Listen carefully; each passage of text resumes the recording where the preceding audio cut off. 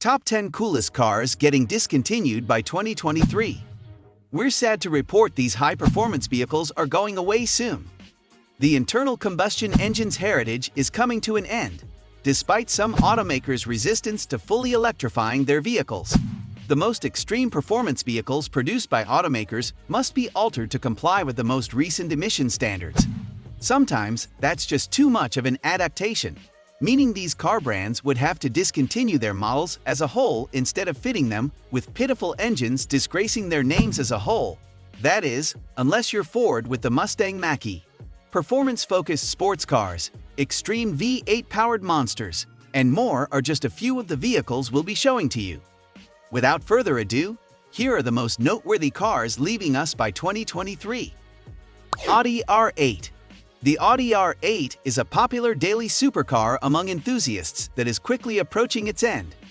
When the first Audi R8 was introduced in the middle of the 2000s, buyers had an option between a 4.2-liter V8 or a 5.2-liter V10 that was positioned directly in the middle of the vehicle's body. The R8 was available in a wide variety of configurations. Some featured retractable roofs, while others just had power going to the rear wheels. However, the most notable of them all had a gated 6-speed manual transmission. The VW Group's acquisition of Lamborghini under their portfolio of well-known brand names gave rise to the R8 because it allowed them to provide Audi with the necessary technology to build their own supercar, albeit a reskinned. Lamborghini Aventador. With the exception of special edition, high-performance models like the SVJ63, the Aventador has been around since 2011, and there haven't been any notable alterations to the vehicle since then. However, what makes the Aventador such a unique entry is that it ought to have been retired long ago. A ship by the name of Felicity Ace caught fire earlier in 2022 and sank roughly 250 miles off the coast of Portugal's Azores Islands. Numerous Porsches, Audis, and Lamborghinis were kept on board this ship, some of which were the final few Ultimate Aventadors ever produced. Customers were understandably upset about paying for a supercar that wasn't yet at their doorsteps. Auto News reports that Lamborghini has restarted Aventador production. But after those final few models are produced, the naturally aspirated V12 Lamborghini will no longer exist. Jeep Grand Cherokee Trackhawk. On the heels of a pair of muscly American cars, another one shows up on the list. Despite being made by Jeep, the Cherokee Trackhawk has an engine that is identical to that in Hellcats, making it one of the best super SUVs available. This engine is a supercharged 6.2-liter Hemi V8 with more than 700 horsepower and 645 pound-feet of torque. This sleeper SUV can accelerate from a standstill to 60 miles per hour in only 3.4 seconds when all of its power is distributed among all four wheels. Of course, when considering what vehicles like the Tesla Model X Plaid can achieve on the drag track, absurdly fast SUVs are nearly normal. It makes sense that today's brands are choosing to use more EVs. Dodge Challenger. The Challenger in many ways embodies everything great about Dodge cars, from being a timeless icon in films like Vanishing Point to helping bring in a second golden age of muscle cars today. We've had a lot of fun with this enormous Hellcat, especially when it came to the Demon's performance metrics, but the world can no longer support such extraordinary enjoyment. Lamborghini Countach. Fan fervor over this reborn classic continues to be at an all-time high as our exclusive spy images of the new Countach supercar outside Lamborghini's plant continue to leak out.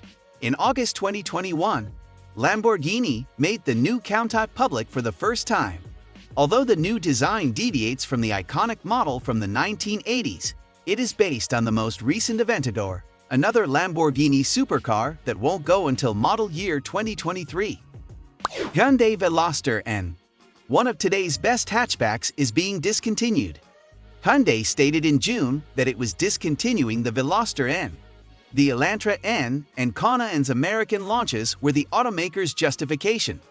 The 2022 Hyundai Veloster N delivers a highly competitive package for a starting price of just $32,500 in addition to performance. The Veloster N is quirky, in a good way, and makes a fleeting but enjoyable imprint on the automotive industry. Kia Stinger GT. Given how much many people enjoy the Kia Stinger, this entry will likely cause a lot of controversy.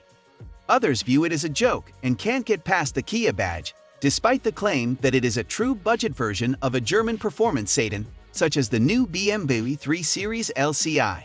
No matter which side of the debate one is on, there is no doubting that the Stinger GT was a fantastic vehicle.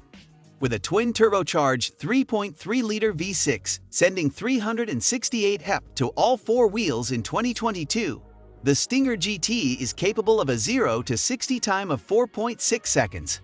Oh, and it looked fantastic as it was being done. We're quite interested to see what Kia comes up with next to replace the Stinger, because the Korean automaker has really upped its game over the last few years, especially with their wide selection of EVs.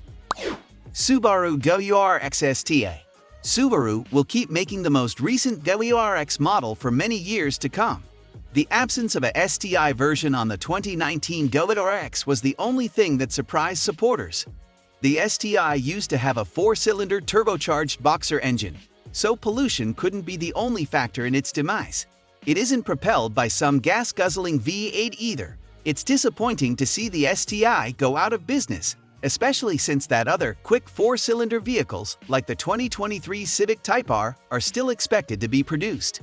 Even Toyota still makes its exciting, quick, tiny vehicles like the GR Corolla and GR Yaris, which are propelled by 3-cylinder turbocharged engines.